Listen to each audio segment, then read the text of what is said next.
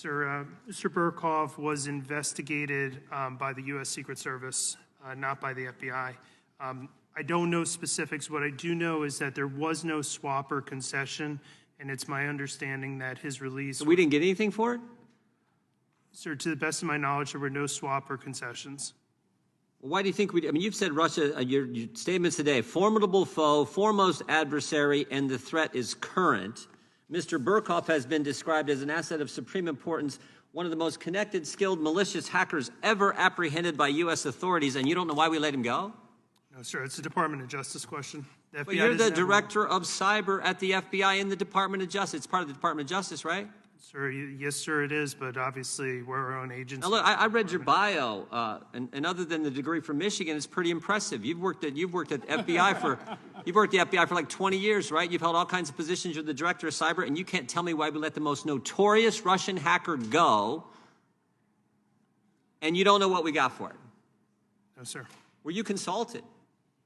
It's not an FBI investigation. But you're the cyber man. Just Mr. Gates just talked about you're the key guy. You're the guy the administration sent here today to talk about cyber in lieu of in light of the fact that last week President Biden said the threat from Russia is imminent. You've confirmed that today. You said it is current, is as we speak, and you can't answer if it was a good idea or not, whether you were consulted?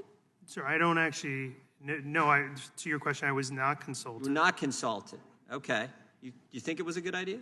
Sir, I'm not in a position to comment on that. The head of cyber is not in a position to comment. The guy in front of the Judiciary Committee at a time when the most formidable foe, our #1 enemy when it comes to cyber attacks, with the threat that's imminent and current, can't answer whether it was a good idea or not to release the most notorious Russian hacker we've ever caught.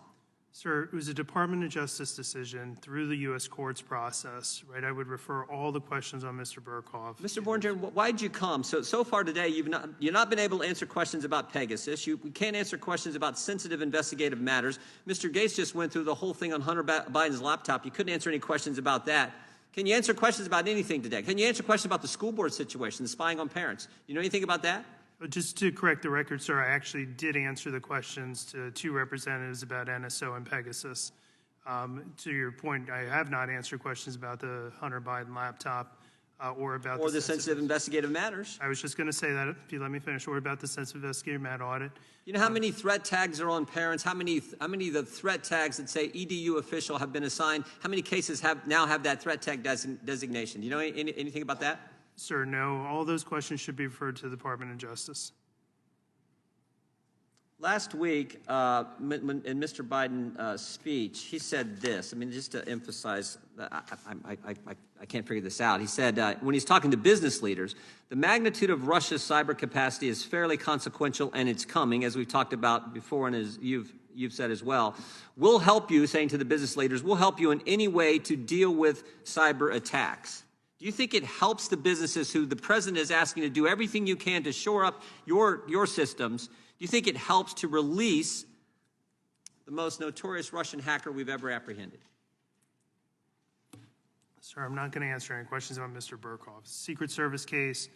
As I said, the decision was made, through my understanding, through the ordinary course of action by the U.S. courts. Well, you've agreed to give us briefings on other issues. Do you think there's someone at the FBI who can brief us on the Burkhoff situation? Probably not, because it's not our case. Do you think there's a chance Mr. Burkhoff's name was on the Hunter Biden laptop? Sir, I have no idea. No idea. And that says it all.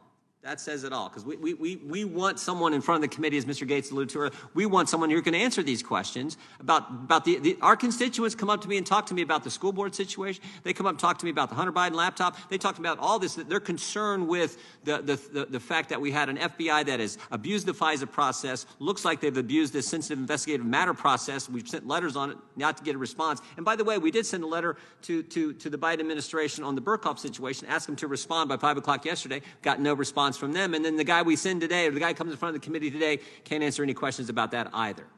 Seems to me that'd be the most important question that we'd want the witness, Mr. Chairman, to be able to answer, is the whole, why did the United States of America let go Alexei Burkhoff?